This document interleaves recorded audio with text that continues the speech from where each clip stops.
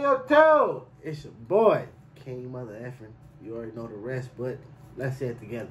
King Mother Effing. Say so, man. Top of the morning, man. It is currently 6:30 in the morning, bro. I don't care. I'm on my way to work. I looked at my at the clock on my car radio, and I was like, bruh, I'm an hour late. It was like, it said 6:55. I'm like, bro, I'm an hour late. What's going on?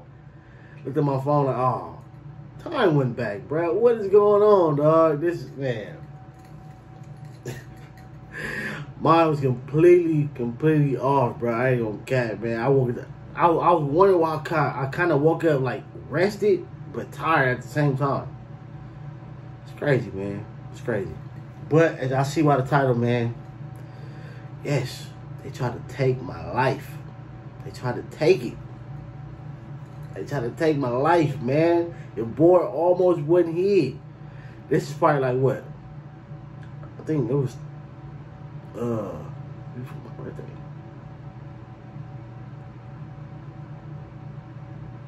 Nah. I think it was. Matter of fact, I think it was like 3 weeks before my 18th birthday, bro. Yes. Almost that close. Almost out of here. Man, but let's get into this story, man. So,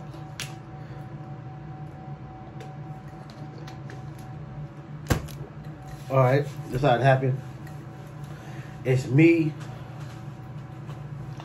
and my cousin, we outside, and where we lived at, it was no front yard. It was like, you come outside, you come out the door of the house, come outside, you're on the street. That's it. You're on the street. It's like, it's nothing else. It's no gate. It's no yard. Nothing. It's your door, the sidewalk, the little grass that be right there, and the curb in the street. That's it. It was nothing else. So this day, we like I said, ain't no front yard. So if you want to stand outside, you're gonna be standing outside on the sidewalk. That's where you're gonna be standing at. And I think this was like summer, so it was like it was like the beginning of summer, so it wasn't that hot. It was like super warm though. It was warm. So me and my cousin, we wanted to sit up under the tree. We got some little crates or whatever. We sitting up under the tree. Everything's cool, daddy. So far, so good.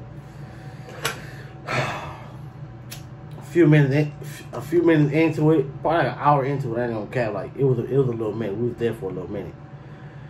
So we sitting there, and then next thing I know, I happen to just look up to my right. I see this guy. He looked like a straight bum. I don't cap. But this is the weird thing. The thing like I should have paid more attention to, but then it made me like not pay attention to because of what it was. All right, mind you. So, like I said, the guy kind of looked like a bum. Never judge a book by its cover, bro, because he played his role. He did what he's supposed to do. So we sitting there. I see him. I think my cousin said. I think we both probably looked at him and looked away because it was like a young bum dude or a young dude that was struggling that just got a fresh pair of white Nikes, or I think it was a Nike bike, but I know it was a shoebox. I know it was a shoebox, and he was carrying it like this, smiling, like happy, like somebody that just got a fresh pair of. Like if it was today, somebody that been struggling their whole life or down whatever, and they just got a fresh pair of white Nike. You already know, white Nikes hit. A fresh pair out the box hit every time. So he looking, like I said, young dude, not up, not fly, got a fresh pair of kicks. So I looked, and then I looked away, like. Bad decision, man. That's why now I'll be more cautious and I really watch people today like they almost disappear. But I wasn't on my game. I wasn't on my game. So it takes something in your life to make you be more conscious. And this is the thing that made me more conscious. So like I was saying, he walking. He was it was like if we had a T, he coming up like this. Me and my cousin, we sitting on the street like this. So when he come like this, he turned towards us. He turned towards us, and it was like, I looked again, because at first I was thinking that he was gonna just keep going straight, but he didn't. So he turned towards us, but he didn't turn. I don't think he turned. He turned like in the grass part, not on the sidewalk part. So he turned in the grass. I looked. That's how I know I seen him make that one last big smile. And I seen this hand go like this. I seen this hand hold the box and then drop it, and then do like that. And I was like my whole like focus went into the gun instead of the whole everything. So I focused on the gun for I don't know what reason, but I focused on the gun, and then he let off.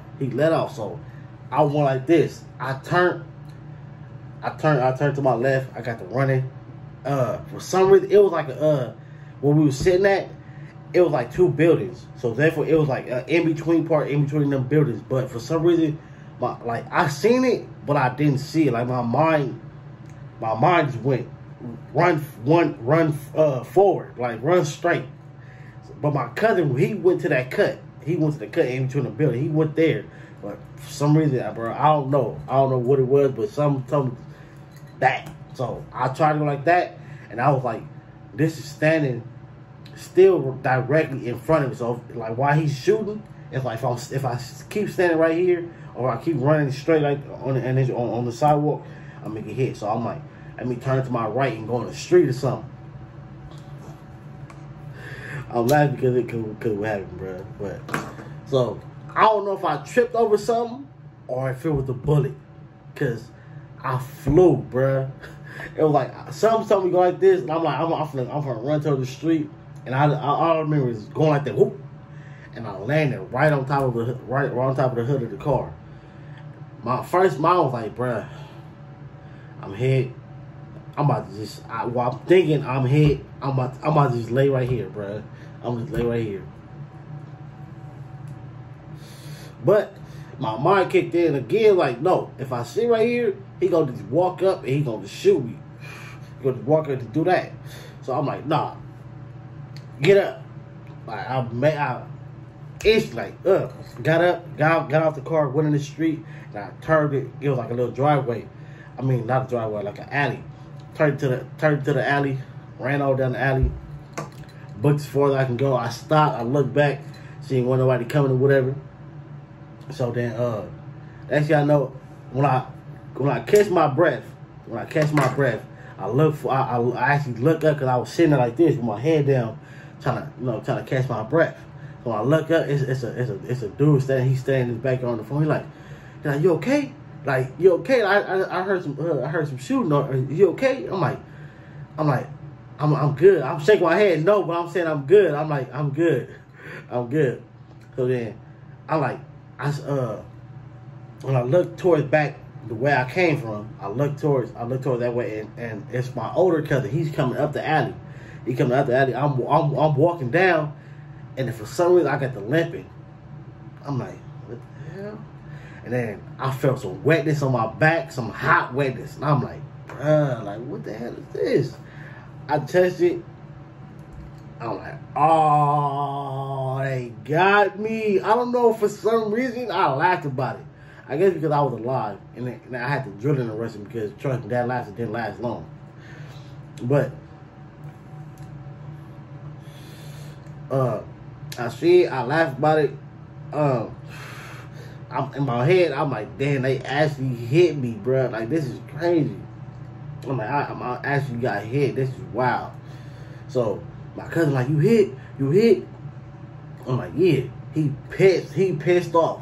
So we hear the you know, the ambulance and fire trucks and all that coming.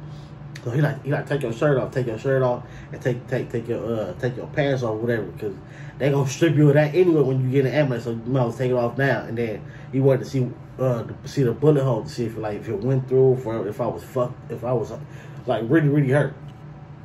But you know, hurt like from the fall right there type of hurt. But I was good. I was still, I guess my adrenaline was still rushing because I still laughed about it. I was still straight. Everything was good.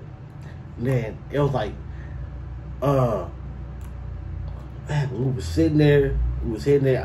All I know is it was like something like time sped up a little bit. So like all I know when I got to back to the end of the driveway, like I was saying though, man. Yeah, I get back to the edge of the alley. I sit down, take the shirt off or whatever. Ambulance came.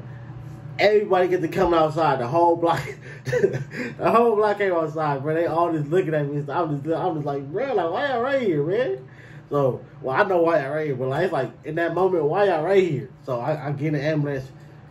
That's when that adrenaline slow back down, bro. That's when it got to being normal, and then laying on my back, laying on that spot. I got hit in my back, and I got hit in my ankle. For some reason, the ankle one.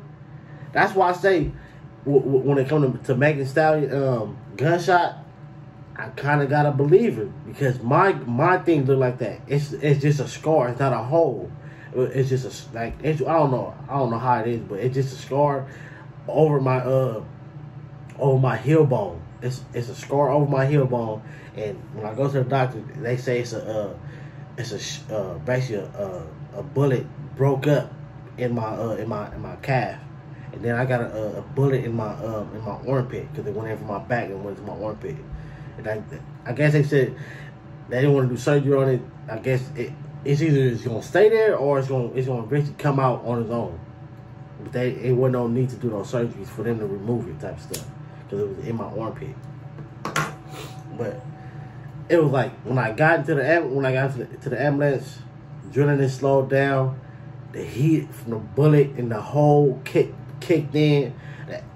It's an officer. He's like, did you see him? Did you see where he come from? Did you see his face? Did you see they asked me a million questions. Like, bro, I am shot.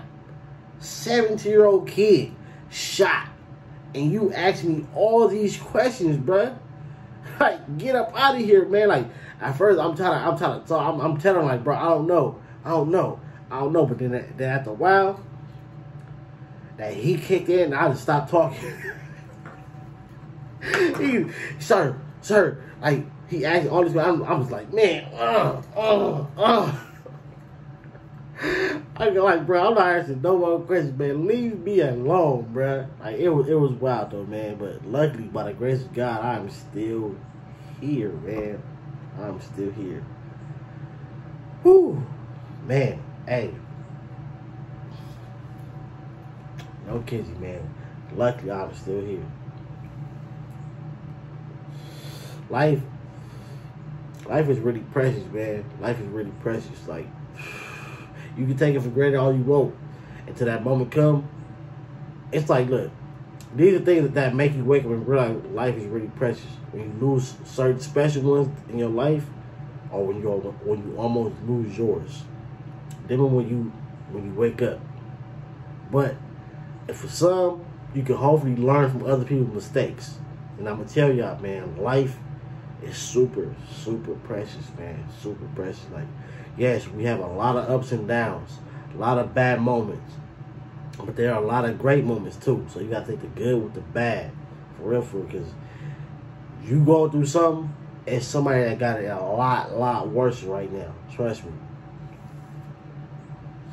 Like, even me, I complain, I be mad, I be stressed out about certain things, but then I realize, like, it's somebody that didn't wake up today.